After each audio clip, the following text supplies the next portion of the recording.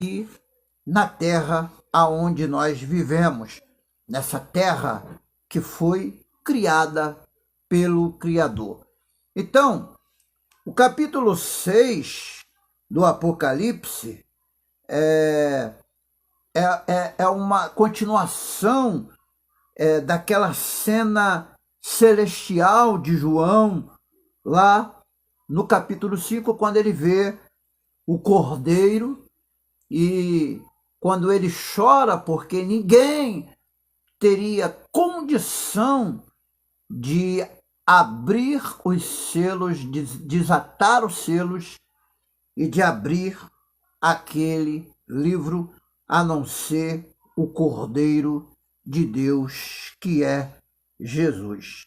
Então, quando nós olhamos para esse capítulo, nós olhamos por uma visão cronológica desse texto. Esse texto tem uma visão, uma cronologia, embora seja muito questionada pelos estudiosos a questão da nossa visão sobre esse capítulo 6, porque a visão que eu estou passando para você aqui não é minha visão, é a visão do povo pentecostal, é a visão da doutrina pentecostal. E essa visão ela é questionada pelas outras igrejas históricas, porque as igrejas históricas têm uma forma totalmente diferente de interpretar esse capítulo. E esse capítulo não é um capítulo fácil, porque há muitas interpretações, mas eu queria falar aqui sobre 3 interpretações desse capítulo aqui, principalmente no início aqui, e nós vamos reler aqui com vocês, porque o texto aqui está dizendo o seguinte: ele diz que havendo o Cordeiro aberto os selos de quê? Os selos daquele livro que estava na mão direita de Deus e que agora o Cordeiro estava abrindo os selos. Então, quando ele abre aquele selo, o texto diz que ele ouve um dos 4 animais. Lembra daquela visão que diante do trono tinha 4 animais, uma representação ali de 4 animais? Um daqueles 4 animais dizia para o apóstolo João o seguinte: olha, vem e vê. Então João agora começa a ver o quê? Ver acontecimentos que ainda haveriam de acontecer. Embora os preteristas, aqueles que creem numa doutrina preterista do Apocalipse, eles dizem que todo o Apocalipse foi enquadrado na igreja do primeiro século, do primeiro século. Aquilo tudo aconteceu lá mesmo na época de João e dos apóstolos. Eu creio numa visão futura do Apocalipse. Eu creio que coisas futuras vão acontecer, porque o texto diz que vão acontecer coisas no futuro, no tempo em que a igreja já estará arrebatada. A paz do Senhor, Marilza, minha prima, Deus abençoe a sua vida.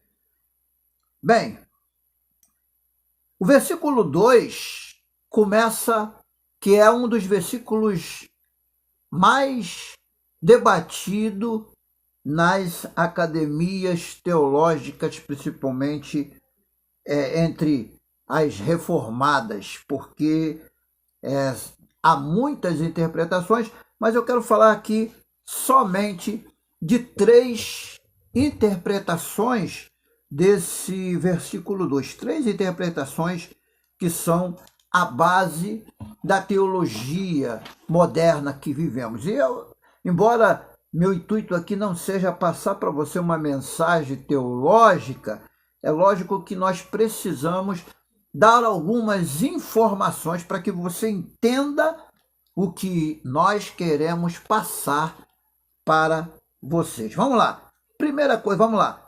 O versículo 2 diz que João olha. Ele diz, eu olhei. Quem olha é quem? João. Então, quem está recebendo a revelação é o apóstolo João. Ele olhou e ele viu um cavalo branco.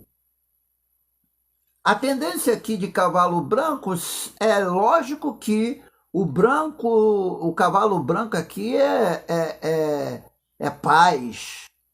Você lembra que toda vez que em uma guerra, que alguém queria parar a guerra e ter paz na guerra, eles usavam o quê? Um tendão branco para poder ali tentar fazer um acordo de paz entre aqueles que estavam guerreando. Então, cavalo branco, é lógico que aqui está falando de paz, mas eu quero informar você que essa paz que está falando aqui não é uma paz eterna, não é uma paz que vai ser para sempre, é uma paz de momento, um momento que vai existir uma paz. E essa paz é uma paz de um momento.